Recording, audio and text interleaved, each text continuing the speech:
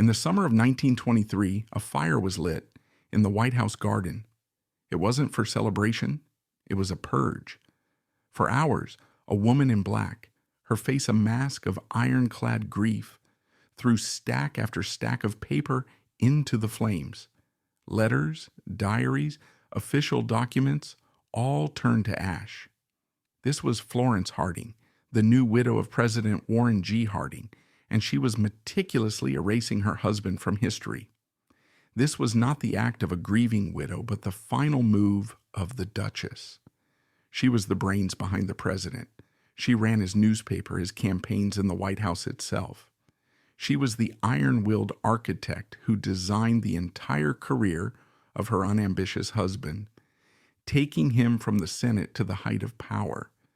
So what was she hiding, and who was this powerful woman, Druki? Really? She was born Florence Mabel Kling on August 15, 1860, in Marion, Ohio. In the mid-19th century, Marion was a microcosm of America's explosive post-Civil War growth. It was a small, bustling, industrializing town, a critical junction for the railways that were stitching the nation together. This was a place where fortunes were being made and lost in a single handshake, a world of new factories, agricultural machinery, and speculative land deals. It was the dawn of the Gilded Age, and in a town like Marion, that meant one thing. Power was not old and inherited. It was new, raw, and consolidated in the hands of the man who was willing to be the most ruthless. In Marion, that man was Amos Kling. Amos was a figure seemingly carved from the same Ohio granite that built his bank's facade. He was the town's wealthiest banker, its most successful and ruthless businessman, a figure of absolute iron-willed authority. He was a man who saw Marion not as a community, but as a balance sheet. His wealth was built on hard-nosed negotiation, relentless acquisition, and the foreclosures of those less fortunate. He was, to put it simply, the richest and most powerful man in town, and he never let anyone forget it. This was not a home of warmth, it was a headquarters. And on that August day in 1860, his first child was born to him and his wife, Louisa Boughton Kling. It was a girl. Amos Kling was, by all accounts, deeply and vocally disappointed. He had wanted a son, an heir to his financial empire, a boy to carry the Kling name and inherit his ruthless business acumen. But he did the only thing he knew how. He raised her as the son he never had. While other girls in Marion's privileged class were learning the feminine arts of needlepoint etiquette and how to manage a household, Florence was being drilled in a different curriculum. She was learning ledgers, economics, and contract law. She was his daughter, but she was also his unwilling apprentice. She was dragged on his business rounds, forced to sit in on his negotiations, and taught to analyze a balance sheet before she was taught to dance. This unorthodox, almost cruel upbringing was a double-edged sword that would carve the rest of her life. It instilled in her two conflicting things: a fierce, driving ambition that mirrored her father's, and a deep-seated, burning resentment of his domineering control. He was teaching her exactly how to build an empire, while simultaneously making her despise the empire he had built. She was being given an education in finance and power far superior to most women, and indeed most men, of her era. But it was an education she never asked for, forced upon her by a man whose approval she could never truly win, simply because she was not a boy. Her mother's side, the Boutons, offered a different, softer influence, though one just as strong. They were of French Huguenot descent, ancestors who had fled religious persecution in Europe. From this line, Florence inherited a streak of stubborn resilience, a refusal to be broken by authority. Her mother, Louisa, was a more refined, educated, and gentler soul than her husband, and she cultivated in Florence a deep and genuine passion for culture, literature, and most importantly, music. This became Florence's secret rebellion. While her father's world was one of cold, hard cash, her mother's world was one of art. And Florence was genuinely, prodigiously gifted. She was a brilliant pianist. Music was not just a hobby. It was a language she understood, a world she could control. She harbored a dream that was entirely her own, a dream that had nothing to do with her father's bank vaults. She would become a concert pianist. This was her escape plan. She practiced with a feverish devotion, and she was so good that upon her graduation from high school, she was accepted into the prestigious Cincinnati Conservatory of Music. This was not just a school, it was her liberation. In the late 1870s, a path as a professional musician was one of the few ways a respectable, unmarried woman could forge an independent life, a life of travel, acclaim, and her own money. It was a direct rejection of the two paths available to her in Marion, becoming a society wife or becoming her father's clerk. It was her one chance to build a life that wasn't dictated by Amos Kling's balance sheets. She enrolled, and for a brief, shining moment, she was free. But the pull of rebellion, of defying her father in a way that was personal and destructive, proved stronger than the pull of the piano. At just 19 years old in 1880, Florence did the one thing guaranteed to infuriate Amos Kling more than any other. She didn't just rebel, she self-destructed, at least in his eyes. She eloped. His name was Henry Pete DeWolf. He was charming, handsome, and came from a locally prominent family. He was also, in every conceivable way, the anti-Amos Kling. He was directionless, a heavy drinker, and a profligate spender with no concept of money, responsibility, or work. He was, in short, a disaster.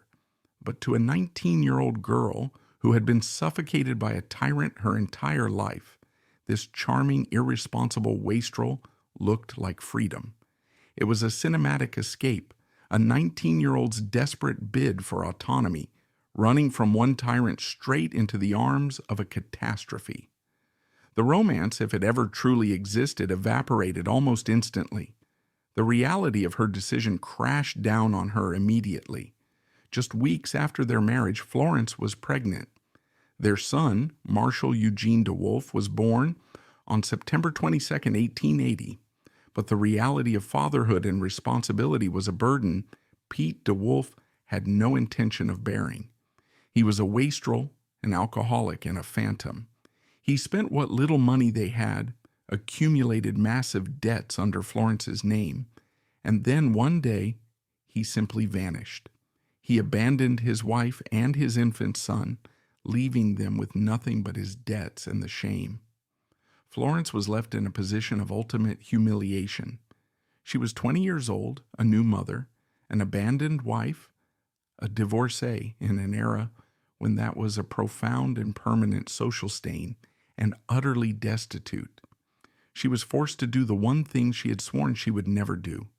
She had to crawl back to Marion, back to her father's town, and beg for help. But Florence was not crawling back to a loving father. She was returning to a ruthless banker who saw her as a failed investment. Her desperate plea for help was met not with compassion, but with a cold, calculated strike. Amos Kling saw his opening not to save his daughter, but to finally break her will and take from her the one thing she had left, her son. Amos Kling's revenge was cold, precise, and devastatingly cruel. He had raised his daughter to be a reflection of his own iron will, and in eloping with a wastrel like Pete DeWolf, she had not just defied him, she had publicly humiliated him. She had proven herself a poor investment, and Amos Kling did not tolerate poor investments. He agreed to take in his grandson, Marshall. The boy, an infant, was brought into the sprawling Kling mansion. He was raised in the wealthiest household in town, given the Kling name for all intents and purposes, and wanted for nothing material. But this was no act of grandfatherly kindness. It was the final twisting turn of the knife. He took the son, but he disowned the daughter. Florence was cast out. Her father, the richest man in Marion, refused to support her financially. He cut her off completely, forbidding her from so much as setting foot in his home.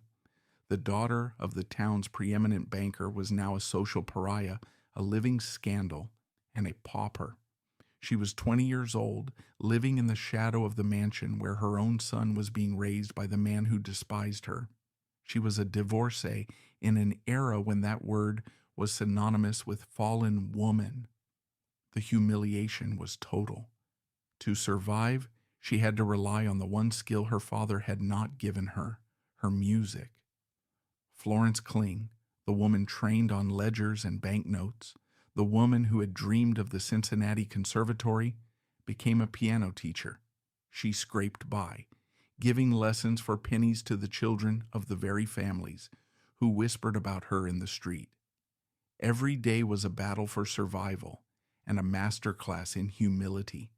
This period of desperate, grinding poverty, of being an outcast in her own hometown, is the crucible where the Florence Harding we come to know was truly forged. She was powerless, and she was poor. And as she walked the streets of Marion, she vowed two things to herself with a certainty that would come to define her. She would never be poor, and she would never be powerless, ever again. She and Pete DeWolf were officially divorced in 1886. The man who had set her on this path of ruin had vanished from her life as completely as he had from the town, but the costs of her rebellion would continue to mount. The son she was separated from, Marshall, would grow up in the shadow of the Klings, a life lived apart from his mother. Years later, in 1915, another tragedy would strike. Her son, Marshall, would die from tuberculosis at the age of 34. It was a grief that would shape her, hardening her resolve and perhaps deepening the shadows in her already complex personality. For years, Florence existed in this social limbo, the brilliant, ambitious woman reduced to teaching scales. She was a pariah, but she was also a survivor. She was saving her money penny by penny and watching. And then he walked into her life. His name was Warren G. Harding. Warren was in every conceivable way her polar opposite. He was 5 years her junior, devastatingly handsome, with a voice like warm velvet and an easy, affable charm that made everyone feel like his closest friend. Where Amos Kling was a storm, Warren was a summer breeze. Where Pete DeWolf was a chaotic failure, Warren was manageable. He wasn't rich, not by a long shot, but he had a foothold. He was the owner and editor of the local newspaper, the Marion Star. The Star was, at the time, a failing, debt-ridden rag. It was a political paper, and its fortunes rose and fell with the local Republican Party, but it was hemorrhaging money. Warren was a talented editor and a gifted writer. He was known for his bloviation, a unique talent for using many beautiful words to say very little, but he was a dreadful businessman. He hated confrontation. He couldn't manage a payroll, and he was far more interested in playing poker with his friends than in balancing a ledger. The paper was sinking, and Warren, who suffered from periodic bouts of nervous exhaustion, was sinking with it. Florence Kling, now 30 years old and hardened by a decade of poverty, looked at the handsome 25-year-old Warren Harding, and she saw potential. She did not see a romantic savior. She saw a project, an asset, a way back. He had the charm, the looks, and the platform. She had the brains, the ambition, and the ruthless business acumen she had inherited from the father who disowned her. Together, she reasoned, they could be powerful. They began a courtship, a strange pairing that set the town's gossips alight. On July 8th, 1891, they were married.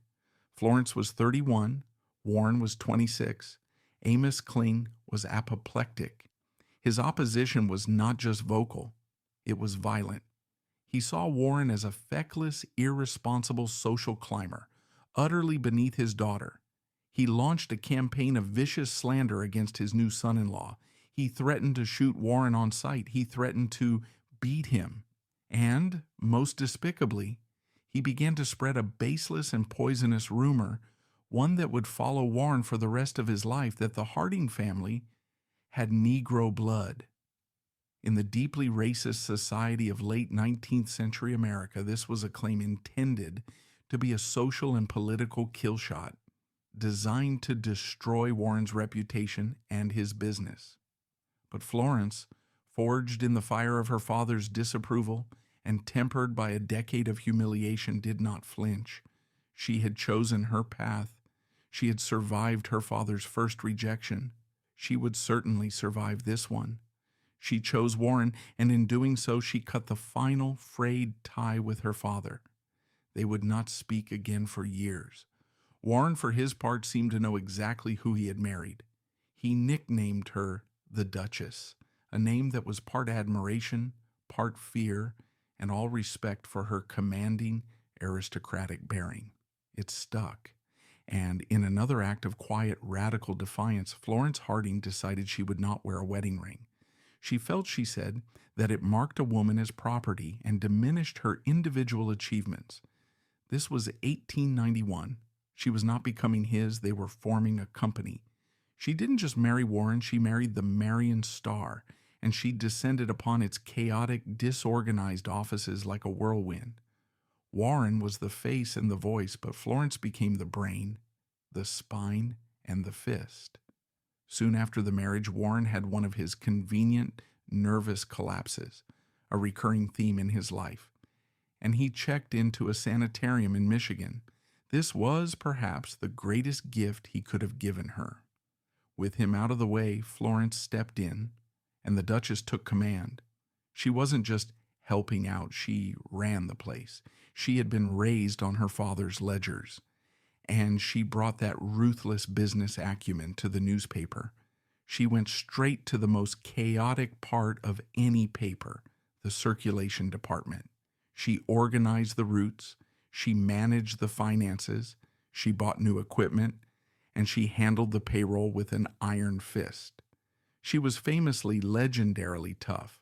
She was known to storm into the circulation room, her long skirts sweeping the floor, and personally discipline the young newsboys. As legend has it, she was not above paddling them herself when they stepped out of line. Norman Thomas, a future socialist leader and 6-time presidential candidate, worked as one of her paper boys.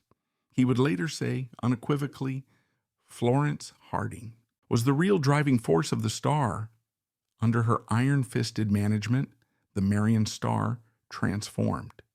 It went from a failing, debt-ridden sheet to the most profitable and powerful newspaper in Marion, and one of the most successful in all of Ohio. She wasn't just counting pennies, she was an innovator. After the Spanish-American War in 1898, she was a pioneer in developing one of the first wire news services for a paper of its size. And, in a move that was practically unheard of, she hired Jane Dixon, who became Ohio's very first full-time female reporter. Florence wasn't just a boss, she was a trailblazer.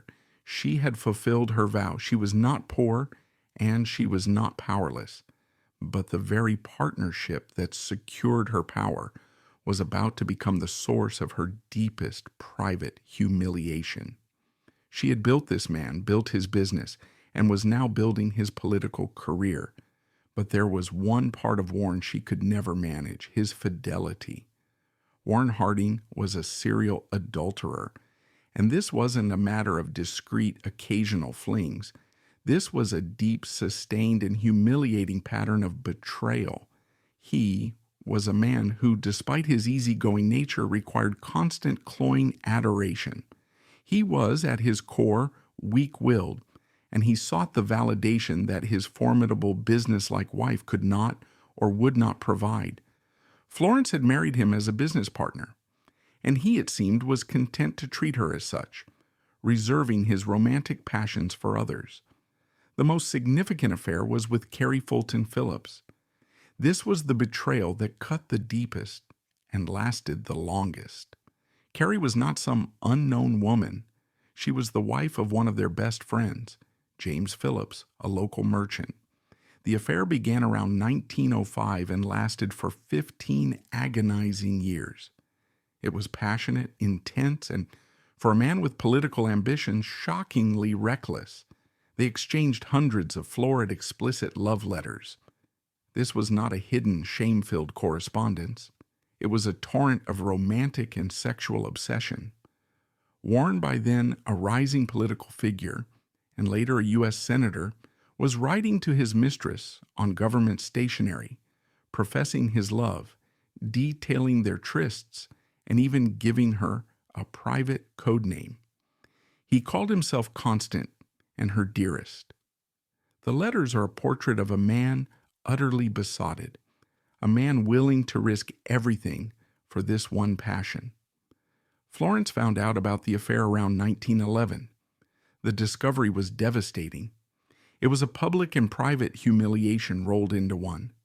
Here she was, the Duchess, the woman who ran the Marion Star with an iron fist, the woman who had single-handedly built their fortune, being made a fool of in her own social circle.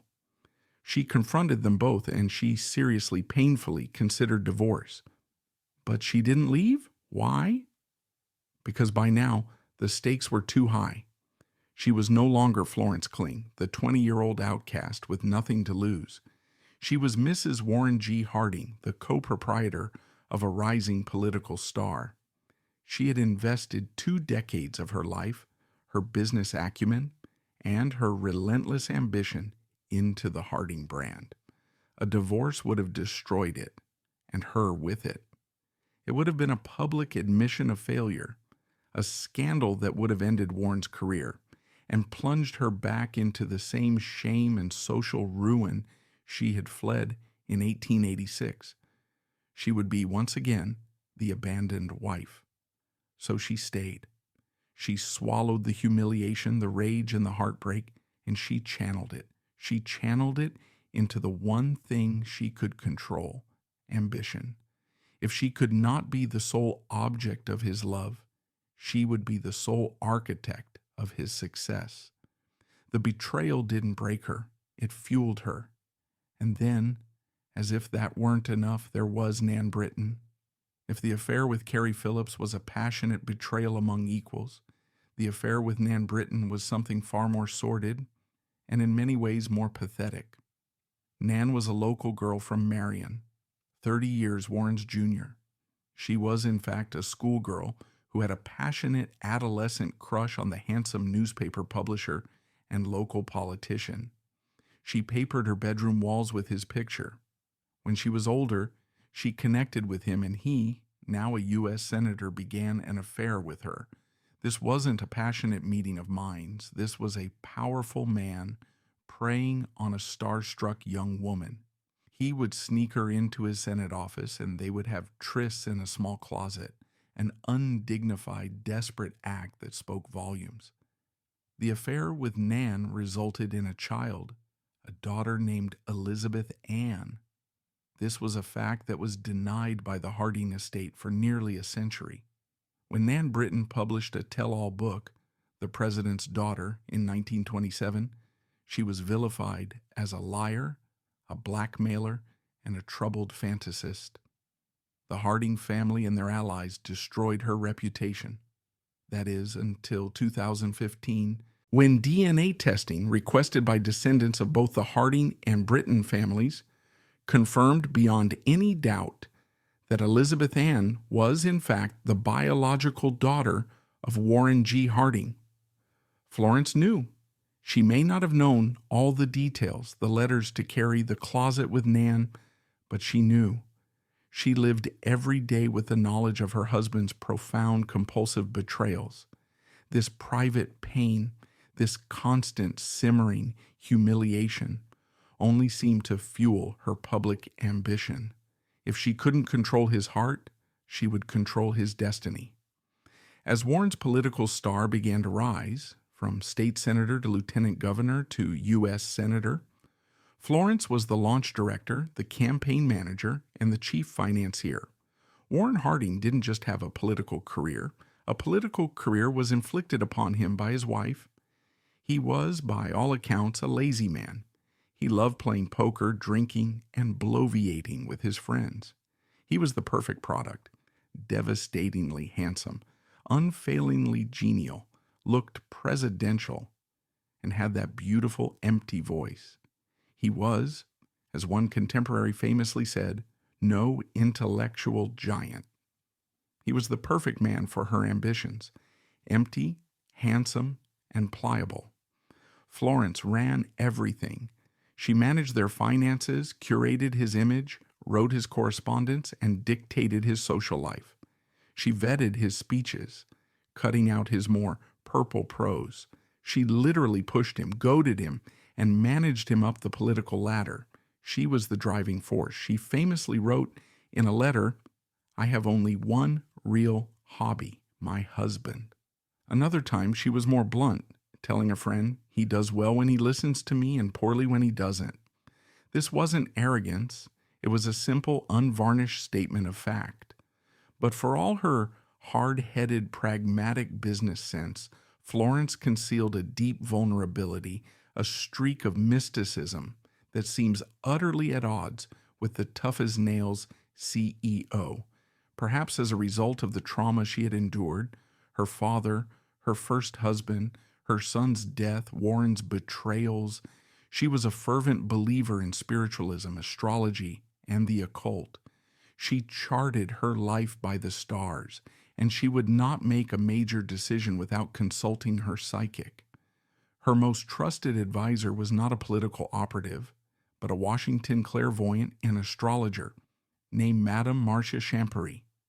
As the 1920 election approached, Warren was a dark horse candidate, a long shot for the Republican nomination.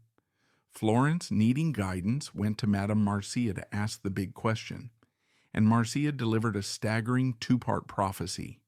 Warren, she said, would win the Republican nomination, and he would go on to win the presidency, but she warned he would die in office. Another woman might have been terrified, might have pulled her husband back from the brink, content with the success they already had. But Florence, who had already endured so much, who had clawed her way from the bottom to the very precipice of ultimate power, seemingly accepted this as the price of ambition. The White House was in her sights, and she would not be denied, even by fate itself. Florence now saw the White House not just as an ambition, but as a destiny, albeit a tragic one. But Madame Marcia's prophecy was only half the equation. A prediction, no matter how powerful, cannot nominate a candidate. That process required something far less mystical, the cutthroat, cynical, and exhausting machinery of a national political convention, which was about to convene in Chicago. The 1920 Republican Convention in Chicago was a deadlock. The party's leading candidates, General Leonard Wood and Senator Frank Lowden, were too strong, too divisive, and had bloodied each other in the primaries. The convention floor was a brawling, sweaty mess, and after 9 ballots, no one had a clear path to victory. The party bosses, the true power brokers of the era, were in a panic. They needed a solution. On the night of June 11th, in a now legendary meeting in Suite 404 of the Blackstone Hotel, a meeting that would give the American lexicon the term smoke-filled room, the party bosses met to find a compromise. They needed someone who was pliable, handsome, and above all, inoffensive. They needed someone who looked presidential, but who wouldn't be too much trouble to manage. They needed, in short, Warren G. Harding. When the choice was made, Warren himself was famously and perhaps apocryphally summoned to the room. He was asked the critical question, was there anything in his past, any skeleton, that might embarrass the party if he were to be the nominee? Warren, the man with a long-term mistress and an illegitimate child, hesitated for a long 10 minutes and then, in an act of either profound denial or astonishing arrogance, said no. There was nothing. The bosses were satisfied. The next day, Warren G. Harding, the dark horse candidate from Ohio, secured the nomination. For Florence, this was not a political miracle. It was the fulfillment of a prophecy. Madame Marcia had been right. The White House was now within her grasp. She was now officially a political partner on the national stage. Warren ran his famous front porch campaign from their home in Marion, Ohio. Instead of touring the country, the campaign brought the country to him. Delegations, celebrities, reporters, and everyday voters, all carefully curated, flocked to the small Ohio town. And who was at the center of this massive, unprecedented logistical operation? The Duchess. Florence was, for the first time, a national figure, and she was a media-savvy operator. She was not the demure, retiring political wife. She was a co-manager. She reviewed Warren's speeches, managed his schedule, and most importantly, managed the press. She understood in a way Warren never did that this new 20th century media of newsreels, flashbulbs, and wire services was the true battleground. She gave interviews, posed for photos, and crafted an image of herself as the ideal American woman, a partner to her husband, a savvy hostess, and a down-to-earth Midwesterner. But behind the scenes of the idyllic front porch, a crisis was exploding.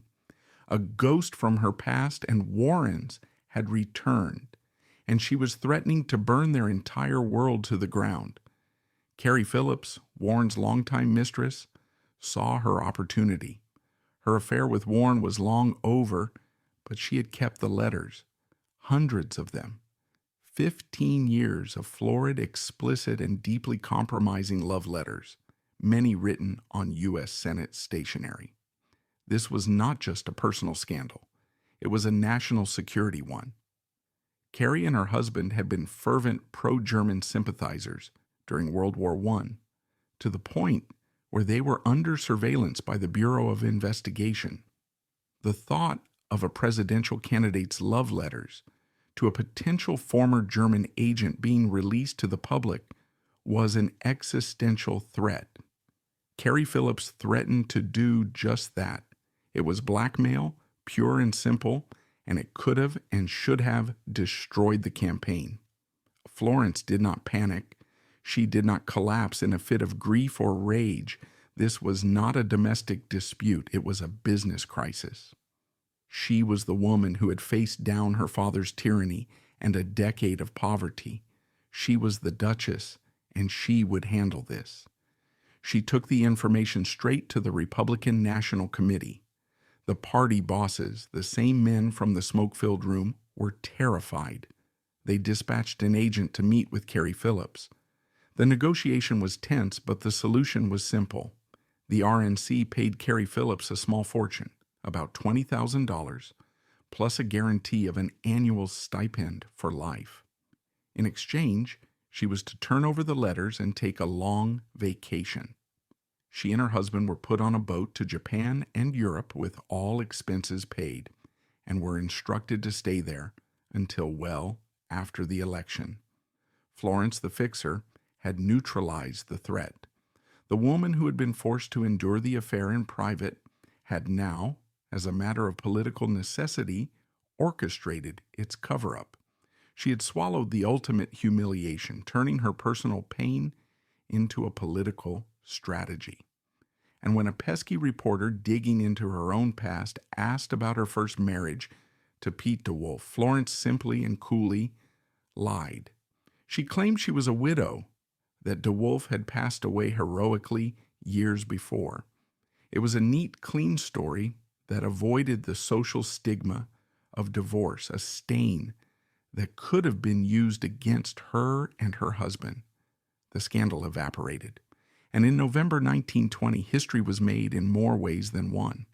The 19th Amendment to the Constitution, granting women the right to vote, had been ratified just months earlier, on August 18th. For the first time, Millions of American women were eligible to cast a ballot in a presidential election.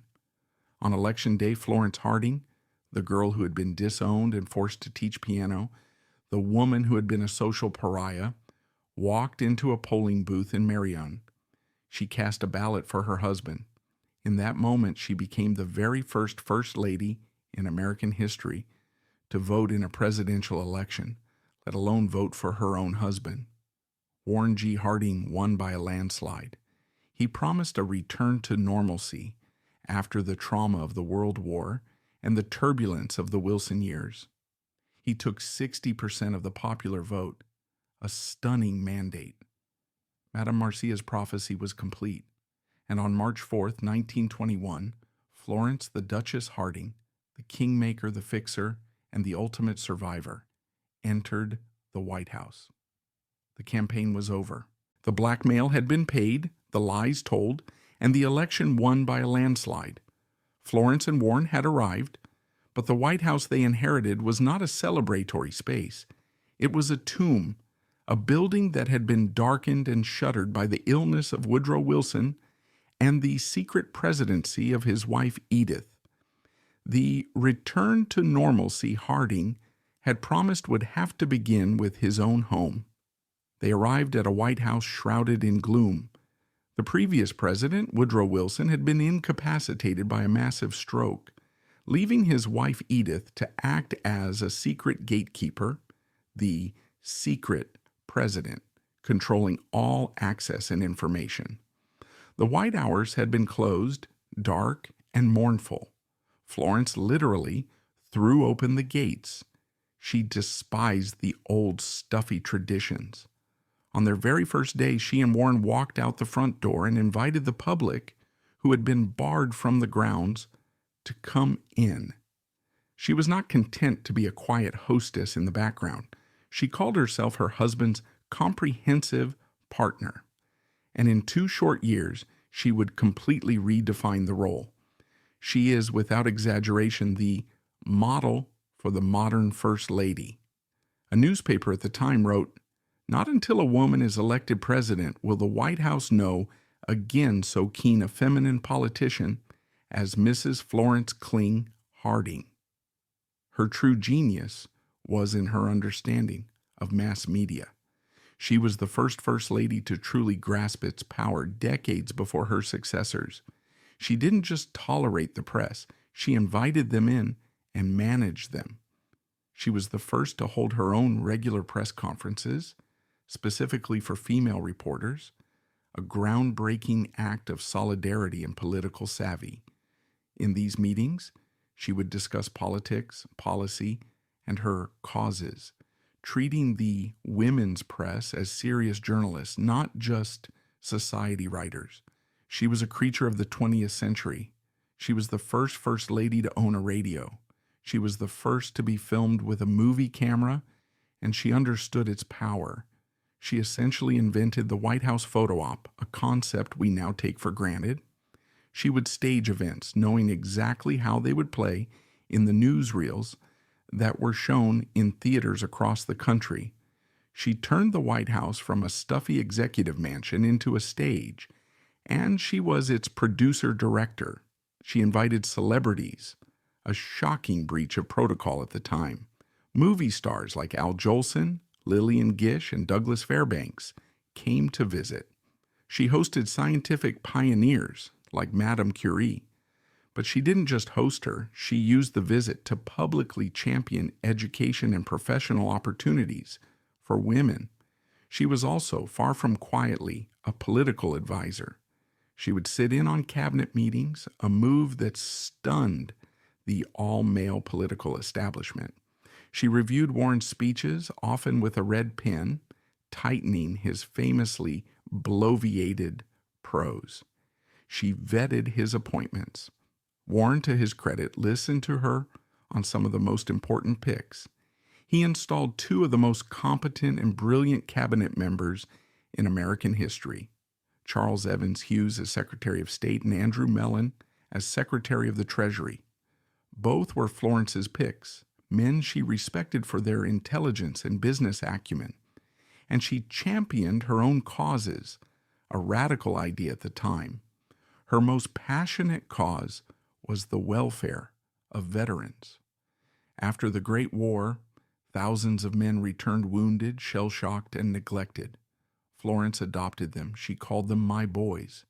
She hosted massive garden parties for them on the White House lawn. But she wasn't just serving tea, she was investigating. She made unannounced visits to the squalid, underfunded hospitals, most notably Walter Reed, and was horrified by the conditions. She used her platform and her access, lobbying fiercely and effectively behind the scenes for better care, for rehabilitation, and for the creation of the Veterans Bureau. She was a vocal supporter of women's rights. Having just won the vote, she pushed for more. She shattered protocol by inviting divorced women, her own former status, to high society events.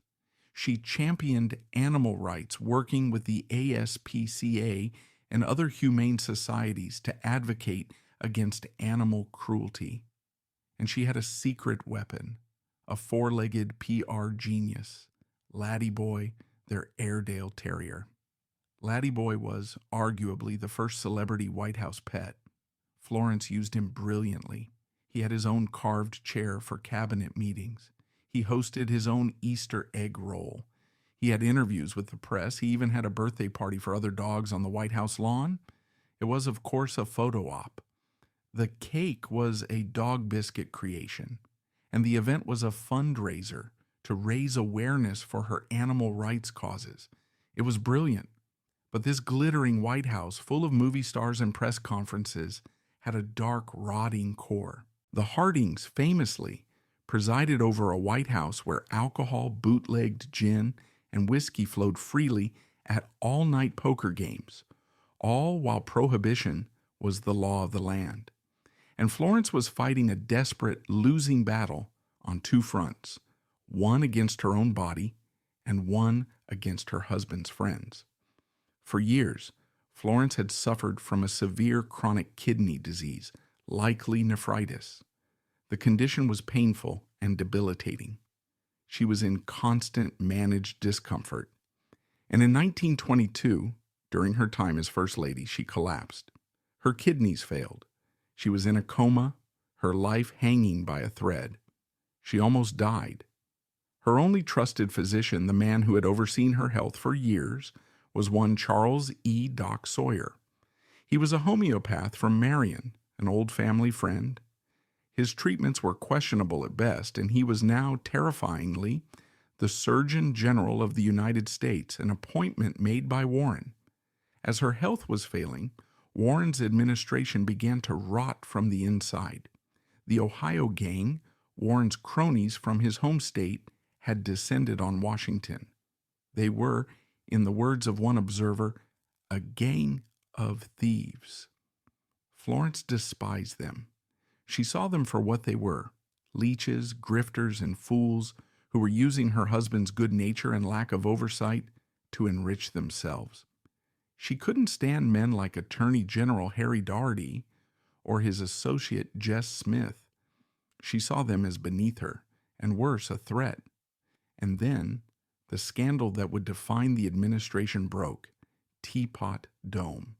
It was a complex scheme, but in short, Warren's Secretary of the Interior, a man named Albert B. Fall, had been caught leasing the Navy's strategic oil reserves in Teapot Dome, Wyoming, and in California to private oil tycoons.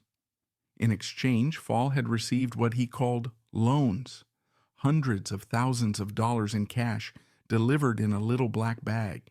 It was brazen, shocking corruption happening right under Warren's nose. The administration was collapsing.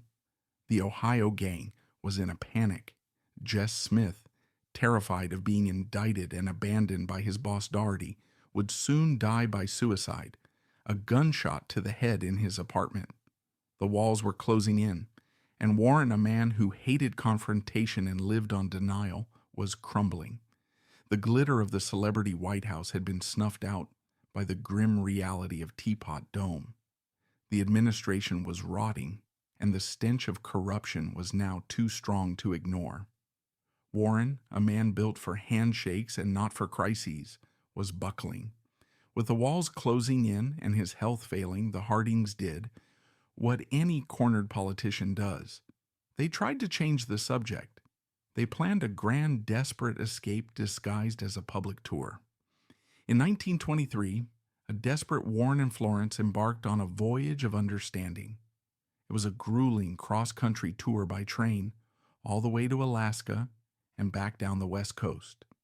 It was in reality a last-ditch public relations trip, an effort to save his reputation, to get away from the toxic, suffocating air of Washington, and to reconnect with the American people who had elected him in a landslide. But Warren was a broken man. He was crumbling under the stress, the guilt, and the knowledge of his friends' profound betrayal. He was, according to witnesses, terrified of being impeached or even arrested. He looked gray, ill, and haunted. The famous Harding charm was gone, replaced by a vacant, fearful exhaustion. In late July, in Seattle, after returning from Alaska, he became ill. Doc Sawyer, the homeopath surgeon general, diagnosed it as food poisoning from some bad crab meat. The train rushed to San Francisco, where the president was put to bed in a suite at the Palace Hotel. For a few days he seemed to rally. Florence, despite her own frail health, was by his side constantly, nursing him, reading to him. On the evening of August 2nd, 1923, she was reading an article about him from the Saturday Evening Post. He said, "That's good. Go on, read some more." She did. A moment later, he convulsed, shuddered, and died. Warren G. Harding, the 29th president, was dead at 57.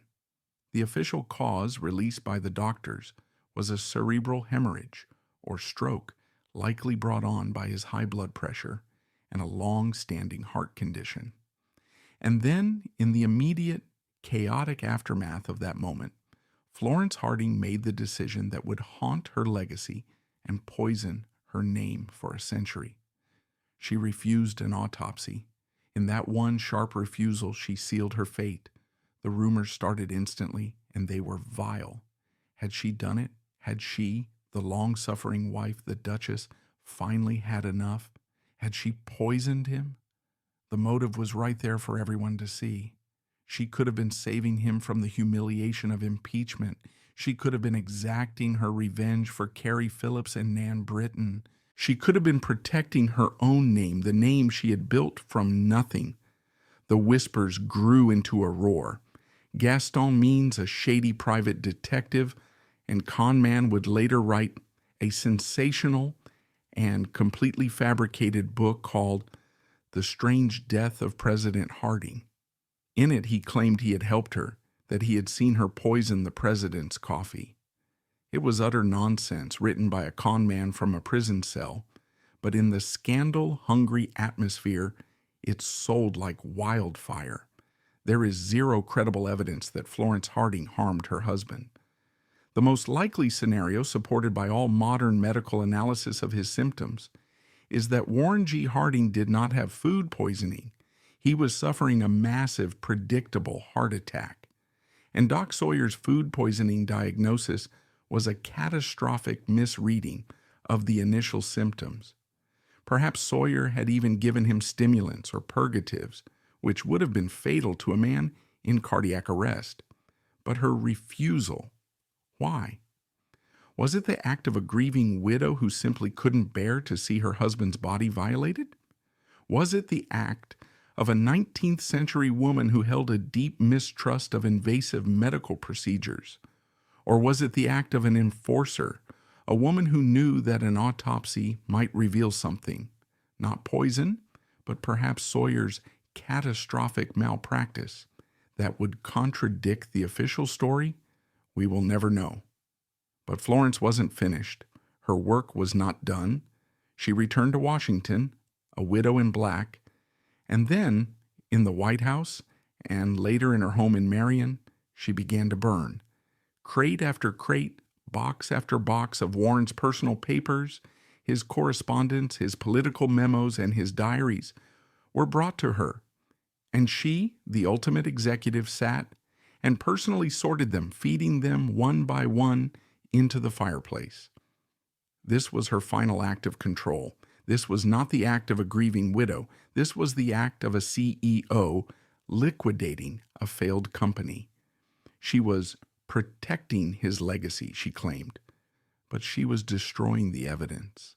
The love letters from Carrie Phillips, the desperate pleading letters from Nan Britton, the records of the Ohio gang's visits, the memos about Teapot Dome, all of it turned to ash.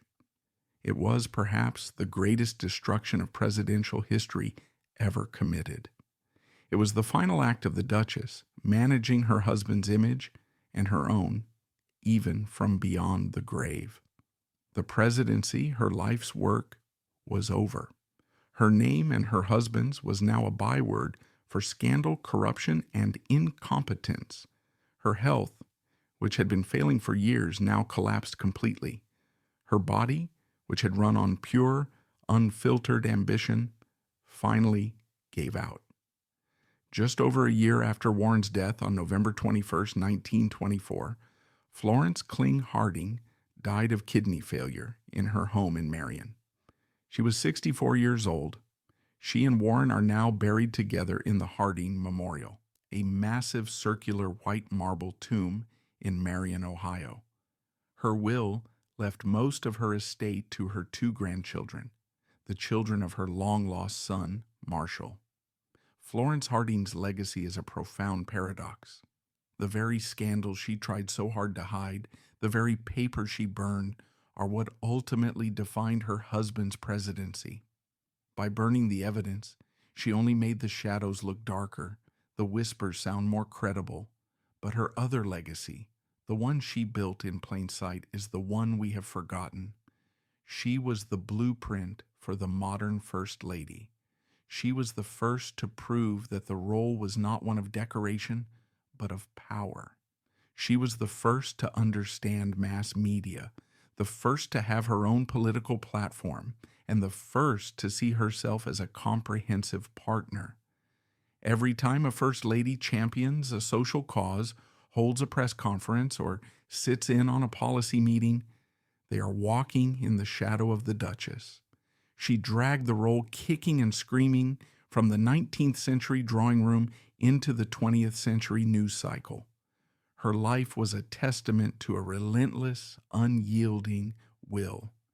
She was a 19th century woman who refused to be sidelined, refused to be poor, and refused to be powerless. She was a kingmaker, a brilliant businesswoman, and a political pioneer. But she was also a victim of her father's tyranny, her first husband's desertion, and her second husband's profound betrayals, and perhaps a victim of her own ambition, an ambition so vast it forced her to tolerate the intolerable, to forgive the unforgivable, all in pursuit of a prize. In the end, she got the White House, but she lost her son, her privacy, her health, and ultimately the very reputation she fought so hard to build. She remains one of the most compelling, complex, and tragic figures in American history, the woman who built an empire, and then, to save it, felt compelled to set it on fire.